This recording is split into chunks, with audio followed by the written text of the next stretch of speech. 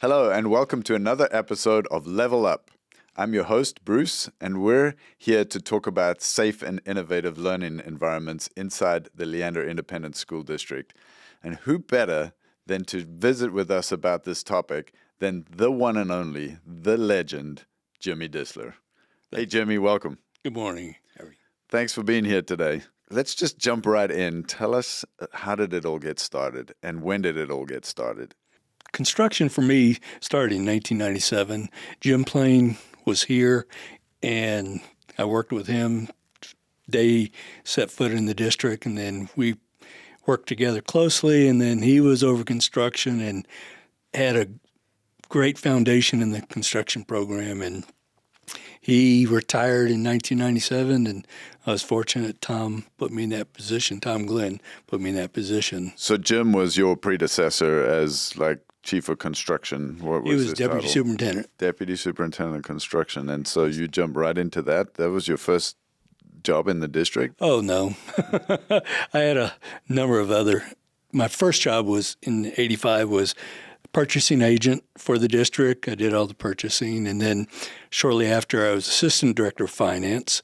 And then probably about the time Jim came, we started doing different things, and I became director of internal support services, which was purchasing, risk management, technology.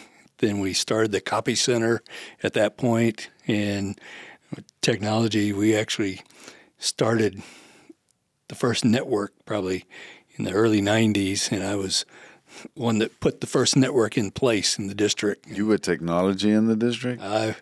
We were a small district, and so I wore a lot of hats, and I just helped where we could. And I remember when we started technology, we bought 6 PCs, and they were, desktop, which were monsters back then. And I remember, I think we had 6 campuses, and I took one to each of the campuses, and we mainly put them in the admin assistants positions, and a number of them just use them as bookends. And we really told them, just play solitaire, play games, get used to using the mouse and the computer, and that's where we started. I'm guessing they had green DOS screens or something at that time? Yep. And they started color screens. Our first terminals were for the business system, which was in-house at the time. We actually had a programmer and system in-house, and TI system that you had little terminals, dumb terminals. That's all. They just displayed what the system put out, but it was, totally different back in the days. Take a jump back. When you came here in 85 was your first time in the district. Can you describe the district for us at that time in terms of facilities? What did we look like? We had 4 campuses. LHS had been open a year, the new campus on Baghdad. LHS it was a 1,200 student school, and it was, a lot of growth. LMS was in the old LHS campus on 183. We actually accessed off of 183 back then. And then we had Giddens and Fabian. And Giddens was where the current Leo is. And so, which of course, as we started growing, because when I first got here, we were just under 3,500 students, a lot smaller, 4 campuses. And we built campuses, and during the school year, Giddens moved out to what became Whitestone, and then later, of course, we built another campus to honor Los Giddens, And that was really the start of this naming process that we have in the district, identifying those folks who've really made an impact on our school district. You mentioned Jim Plain a little earlier. Yep. He was your predecessor in the construction side. We have a campus named after him as well. Yeah. Can you think of some of the others that have been named after? John Gupton, of course, was at Gupton Stadium. Nancy Tarvin, of course, she was our champion when we redesigned our elementary schools. First did it. She was the one that went around and met with teachers, and when they hired, they talked about what the facility was and how it was going to function, because it was totally different. It was like a fishbowl. from the campuses we had to the new design, it totally opened up the classroom space to anybody out in the corridors. And so a lot of difference, but it was great working with Nancy a lot. And it's just been interesting to go through the Florence, Stiles Middle School. I know her son real well, and so it's been quite interesting. All the people. So you got here in 85. By 97, we had 4 campuses in 85. By 97, when you went into the construction role, what did we look like at that point? We had 7 elementaries and 2 middle schools and 1 high school. Did you know at that time, like, the growth was happening? Like, did it feel already the pressure? It was starting. The first bond was 85, 86, and we went almost 9 years before we went back out in 94. And then we went back out in 97, and it is projected we'd do it again in 2000. And so we were going every 3 years, and we knew we were about to explode. And as you could tell, it did. We had a lot of growth. Yeah, so 7 campuses in 97, and then between 97 and 2010, I mean, just extreme growth. Yes. Just about that period. During that growth period, we actually had 4 years where we opened 3 campuses a year, and then we had number 3 or 4 that we had 2 campuses open a year. And from 1997 through today, we had 4 years during that entire period where we had 0 campuses open. So we've had almost every year campus open, at least one. But and when we had 3 campuses open, we had other projects that were opening in addition. So it was, a lot of growth, and we had, of course, a lot of systems in place that made it where we could do such a thing, because we had 3 project managers, and we did a number of projects at that time. Yeah, so talk to us about those systems. Is that when we started visiting about Deming's work and continuous improvement and quality control? Definitely. We first, back in the mid-'90s, a lot of Dr. Deming, we did book studies with him, but, the 14 key points was big part of what we looked at and how we could improve what we did. And Jim was strong and, very heavy into that and believed it as I did. And we, instituted a lot of those steps. And, of course, the Leander Way has a lot of pieces of that puzzle. And so we, heavily built those relationships and, built trust and ethical behavior. We worked with a lot of outside vendors, the contractors, architects, engineers, and there's so much that we have to, rely on them. And so it was a way of, making projects run smoother. And, we truly felt if we utilized the Leander Way that we could minimize the staff we'd have to hire, the number of different contractors. It just made it more efficient, the system. And, for us, it truly worked well, because we always look at continuous improvement, build, think, create. We always thought about student first, it's about the students and enhancing that learning environment. But on the other side, we've got the community, we've got a tax, we pay taxes to build these schools, and we want them to last. And we're fortunate that we had a board that believed in putting the money up front instead of, building the cheapest facility we could, because long term, we knew if we built the most efficient and, sustainable facility, that's going to save money in the operations side, which just keeps it in the classroom. I've said many times over the year, if we could build a maintenance-free building, that's what we'd do. But it'll never happen, but that's always our goal, is to build those maintenance-free facilities, because a I don't want to send all the money to the cities or, on utilities, water, wastewater, electrical. I'd much rather minimize that and keep it in the classroom because that's what we're here for. And so we worked real hard to do that. Yeah, and it's interesting because you were developing, this system of managing this massive growth and building facilities and doing all these things on this side.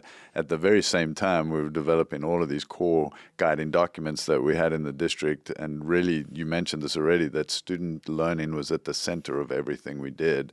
So talk to us a little bit about design of facilities. What was that conversation like around student-centered learning? And the facilities that you designed initially that look very different from the ones that we have now. Yeah. I mean, we pulled in students to some of our charrettes, design charrettes, which are, ways to get input from students, parents, community, and staff. And I've always said it's easy for us to go build the facilities. We don't have to live in it, but they do. And, we want the facilities to be a place where students want to go. And, some of it is the best thing for a lot of students when they get to our facilities. And it's just, I think, I have a daughter two daughters that work in the district, and one was at LMS when we did the modernization. And when one of our students came up to her and said, "Ms. Disler, I don't deserve this. This is too nice for us." And that's the worst, I'm glad they felt it was extremely nice because that's going to make them want to be in the campus, be in the building, and learn. And, it's a safe place for them. And that's what we always try to create is something they want to go.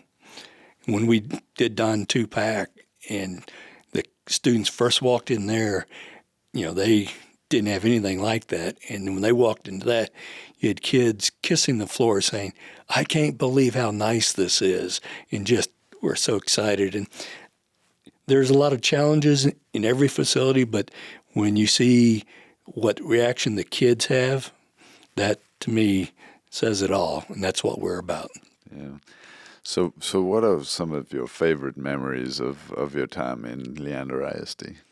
I mean, just the relationships. I mean, everybody talks about it's different here, and unfortunately, this is the only place I've worked as far as, in a school district. And so I've been fortunate to be here, but I've had so many relationships, and that's probably the biggest thing is just how many people.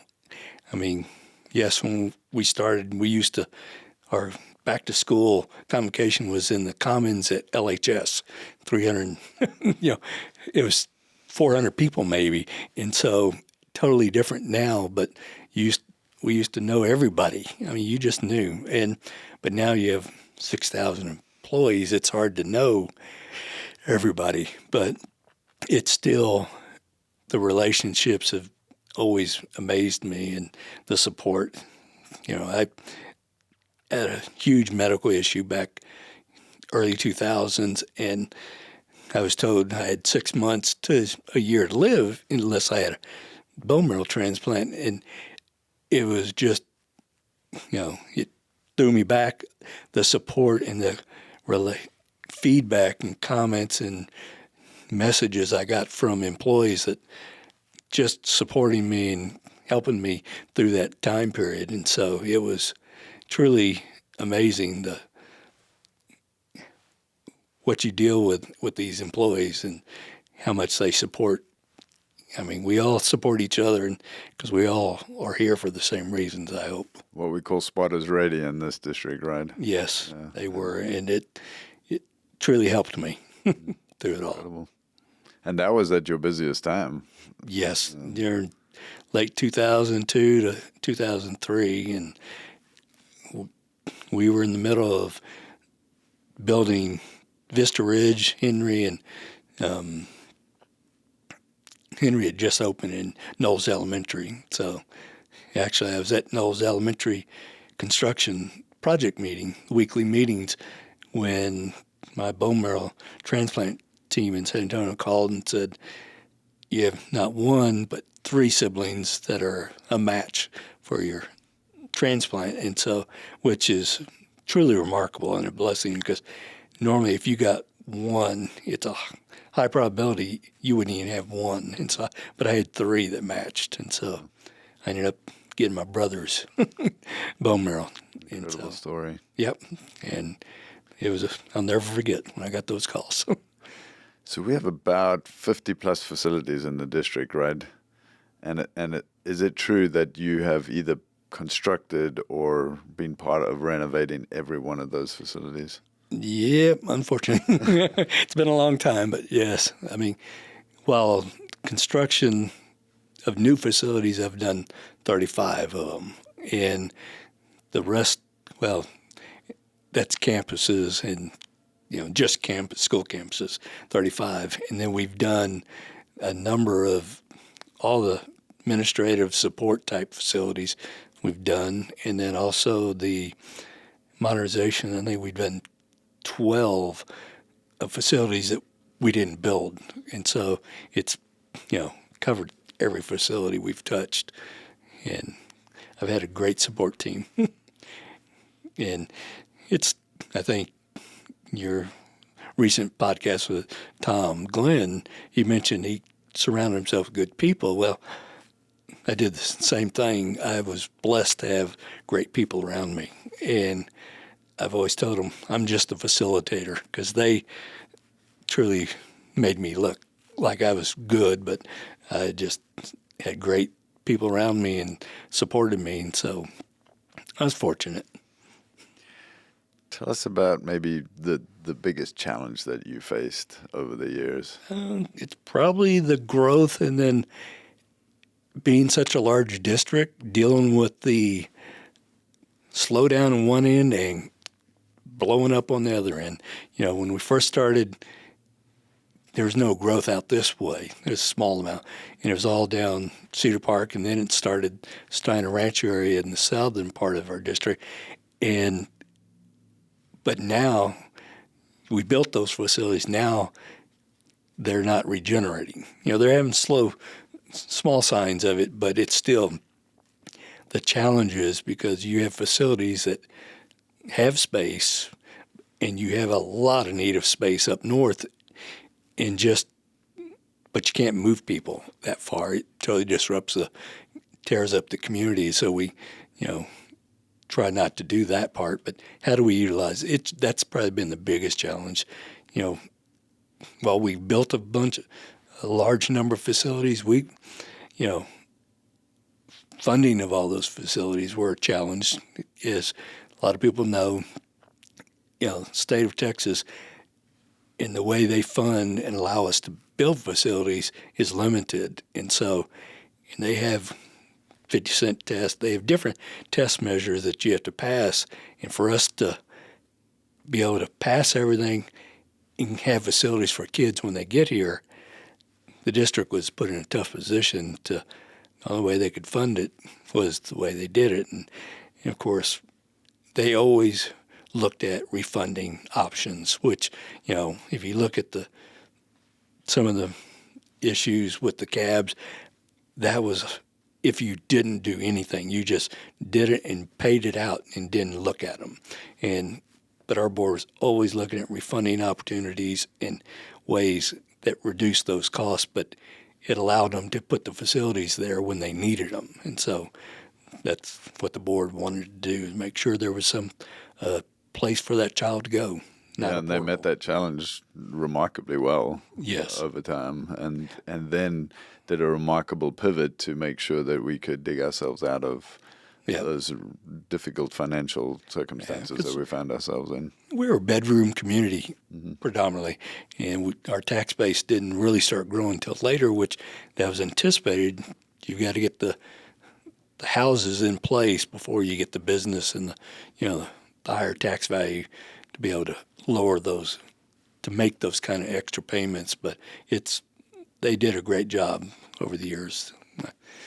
I'm very proud of the board and what they did. Jimmy, tell us about maybe your favorite facility in the district. I know that's probably a tough question, but I bet there's one that you are partial to in some way or form or fashion. Oh, I have a number of them, but the probably, the Knolls and Vista Ridge have a special place in my heart just because of the time in my life of what I was going through personally with my medical side. But, I think when we took that pause and looked at our elementary design, Tom Glenn used to say, the wheels on the bus are going to continue to go round and round. And it's hard to change a flat even while they're going. But we did that in 2006 when we started looking at the elementary design. We brought in American Schoolhouse Council to look at that, and that was a group of 6 different architects from around the country that came in, toured our facilities, looked at the way we used them, and came back and said, because at the time we had just done Booksdale and Good to Great, and they said, you can take your elementaries from good to great. Y'all have very good elementaries. You have square footage. You have the ability to rearrange this to really be a great elementary school. And that's what we did with when we did Parkside and Westside the first year. And we did a design shred that really looked at the way the facility was built and laid out in the neighborhoods. And because our old elementary schools, if you ever walked down the halls back in those days, and security wasn't such an issue, safety, kids were always out in the halls doing tasks and projects also.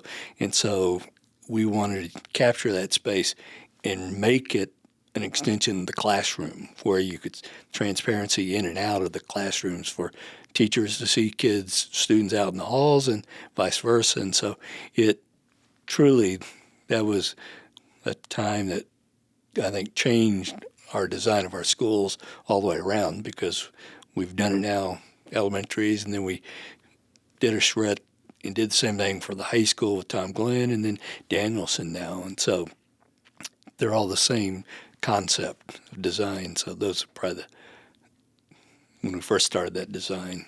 Yeah, and that neighborhood concept, right, of being able to pull them together in these circles as opposed to these long straight lines that were much more difficult to collaborate in, Yeah. I think. And that reminds me then of really this incredibly strong neighborhood school concept that we have in the district. So even though we're 200 square miles and it's a long way from Liberty Hill all the way down to Steiner Ranch, and we have this really strong community feel for each of our schools. And I think that was very intentional and purposeful on your part. Definitely.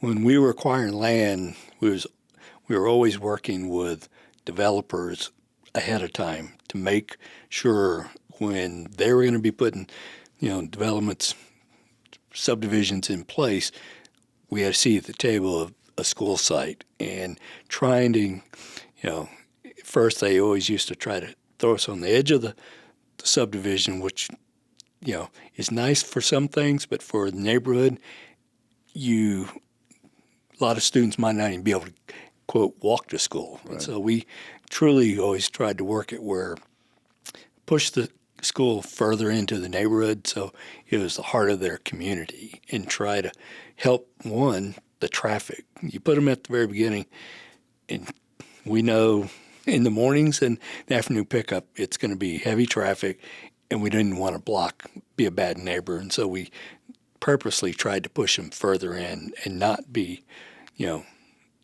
a nuisance, but also a part of their community. Yeah, and thank you for doing that, because that really has become a key tenet of who we are as a district, and it's really an incredible trait. Tell us maybe one thing that other people would not know, that only you know because you've been inside the district for so long and seen so much.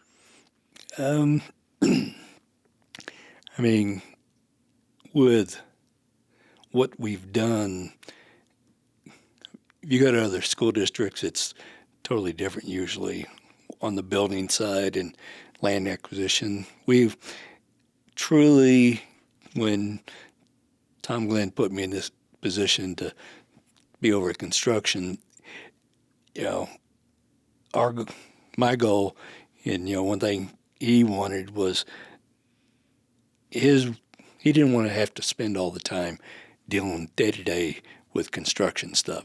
His importance was in the curriculum and teaching side, which that's great. And, trying to keep the building program, running. It wasn't just me, but it took a huge amount of trust from the school board. I mean, normally school boards like to see everything and be heavily involved, but over time we built the trust with them where we truly allowed the school board and superintendents to focus on what they needed to and not be dealing with all the construction issues. There's always day-to-day issues with construction, but with our philosophy of empowering people, we empowered the project managers to do a lot of things in the job site, quick decisions, because that's what keeps your projects moving. And they truly did a great job. I was very fortunate, to have 3 project managers from 2003, and then Steve Berry came on then, and then Linda and James came on, I think it was 2007-ish, maybe 6, and they just recently left. We had a very stable, and that's what allowed us to do things such an efficient way. The other districts you look at, they might have 8 or 9 project managers. It's totally different, but they utilize a large number of different contractors and engineers, which when you do that, it spreads out a lot of new players, and you've got to spend a lot more time, just like staff. You get a new staff member, it takes more time to work that. And so we were fortunate that we had a huge amount of trust with the board, and superintendents trusted us to do our jobs. And I think it's been very beneficial. A lot of what we do is behind the scenes, and that's, I've always said, if you don't know anything about us, that's great. That means things are working, and we'd much rather not be in the spotlight. We want the facilities and everything we do with those to run, and we try to build them to last at least 50 years. And so it's just planning and doing what we do to make things happen behind the scenes. I always tell everybody, the buses are coming whether we're ready or not. So we've got to finish that facility, and we've been fortunate to be able to do that.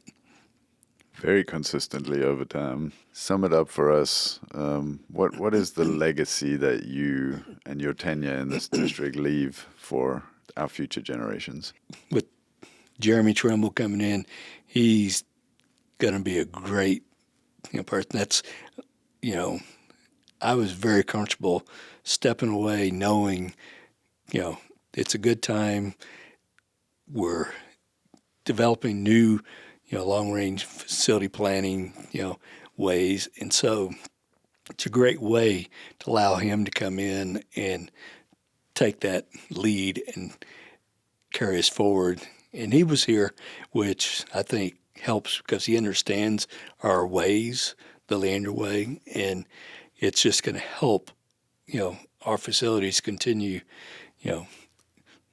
luckily, I don't know that we have that many more facilities to build because we're approaching the end. We're going to have, renovations and modernizations. But I think our hope is that we continue to work in the same ways, deal with the people the same way, and build those relationships because it's huge when you have an issue come up and you have those relationships built.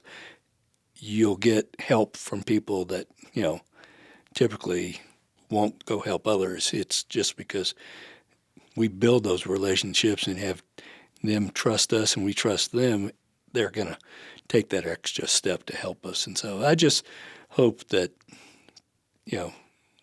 we continue down that path, and that'll be just like Jim Plain. He set the foundation. We worked hard in we use construction management risk. I'll mess up our conversation, but it really, we started that when it first was allowed. Jim and I went to a class out in Kerrville to learn about it, and we had information about it, and we truly believe that was going to allow us to do what we wanted as far as building those relationships and, getting the quality of subcontractors to a higher level, because the projects we'd had were all hard bid. And Cedar Park High School first phase was a hard bid project. We had 26 change orders on that project. And then we did the second phase, and we did CM. I think we had 2 change orders. It just allows us to build in quality as far as the sub and the subcontractors as well as the contractors. And it's proven over and over again. It's a winning way to do it. Yeah, it's all about that collaborative team right from the beginning. Yep. Put them in the design phase because they have the strongest knowledge of constructability. And so when they're working hand in hand with the design and the district, it truly helps us have, when we start construction, there shouldn't be surprises unless you're doing renovations. They're always possible there. But new builds, you shouldn't have surprises. I think out of all the facilities, we've probably had one. That was Parkside. When we were doing our geothermal, we found karst features drilling. And so how do you deal with that? But you won't know that till you get out there. But it's just, it allows a smoother project and more quickly to build the facilities and get them completed on time and under budget. That's what we always tried. Well, Jimmy Disler, thank you so much for spending some time with us today to share your story. But more importantly, thank you for 40 plus years of service, incredible service to Leander ISD, for contributing so much to the students and our community, and for building just an incredible legacy. We appreciate you sharing with us today. Thank you. Make sure that you hit the like button. Make sure that you subscribe if you want to get future episodes of this podcast, Level Up. I'm Bruce Gearing. We'll see you again real soon.